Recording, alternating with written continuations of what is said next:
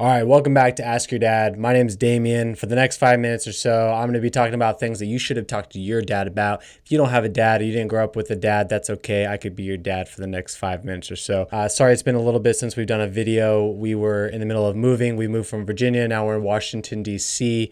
But anyways, I am back. I am back with vigor. I feel rejuvenated.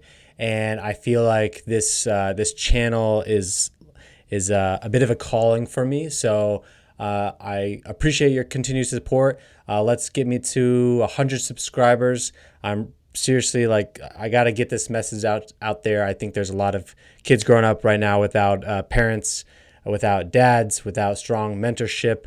So if you're seeing this video, I truly believe that there's a reason you're seeing it, and let's just try to keep getting that message out there. So if you think of anybody else that could use any of this wisdom, I suppose, please pass it along and don't forget to subscribe. So something I want to talk about today is something I'm very passionate about and something I did not grow up doing or seeing. So that's why I want to get this message out to young men, to other adult women and fathers and mothers and brothers and sisters and grandparents and anybody else who could use this information. But specifically what I want to talk about is reading.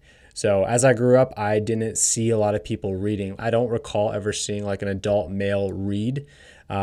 I must admit that I did not read at all when I was a kid. I read the Harry Potter books and that was about it. And then I specifically remember an instance in high school, senior English class, a book report or some sort. I chose The Lord of the Flies. And I remember the teacher asked me in front of all the kids, why did you choose this book to read this book? And I said, this was the last book report that I was going to do while I was in high school or in school in general. I didn't think I was going to go to college. And I said, I figured I would actually read one of the books that I was supposed to read in the last 8 years or so. So truth be told, I didn't read a single book in high school that I was supposed to. Anyways, I found that love of reading later in life, in college. And I really encourage others, if you're not reading right now, I encourage you to find something that you like. There's a lot of benefits to it. Mental strength and focus. It's hard to pull yourself away from your phone. So if you can grab a book and sit down for even, 10, 15, 20 minutes, an hour, it's actually a great way to decompress, especially before bed.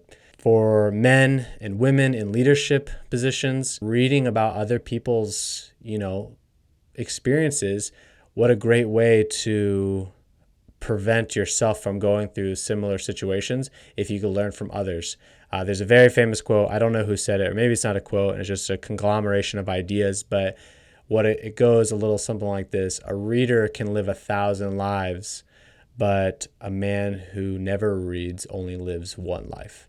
I've read a lot of books, a lot of different topics, a lot of different genres, and it's helped me empathize and to communicate better with other people. Another thing is just going back with the being able to empathize with somebody is emotional intelligence. For me, it's hard for me to understand how a woman might feel, but reading a book from a woman's perspective can give you a little bit more insight into that, or from a child's perspective, or somebody from another country's perspective. And one book I specifically want to call out in the last couple of months that we've been moving and everything, I really love this book.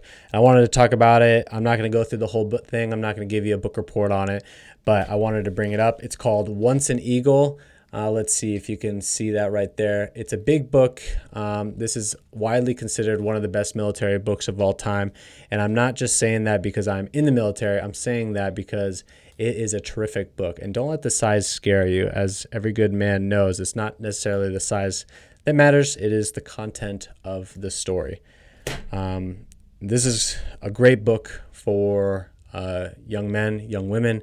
But essentially what it is somebody who feels this draw for a greater purpose. He's been told, as he grows up, maybe he's not meant to reach those heights. Somebody better will come along and take that place. And, he wants to go to West Point really bad as a child, and nobody believes him. But anyways, I don't want to ruin the whole story for you, but he ends up exceeding everyone's expectations and going above and beyond, and has a sterling character, and it's all because he believed in himself and he had people to push him along the way. So anyways, if you want to comment, tell me what you think about the book. I'd love to have a little discourse in the comment section. Let me know what you think. Let me know what you think about reading in general. If you're a man struggling to read or something like that, or a woman or a mom, anything like that, let's share this video with other people, encourage them along. Let's get after it. Let's show our kids, a good example. Thanks for watching. This was Ask Your Dad. If you like what you saw today, you want to see a little bit more of this, remember to like, comment, subscribe. Let me know what you think. Share with a friend. Help me get to 100 subscribers.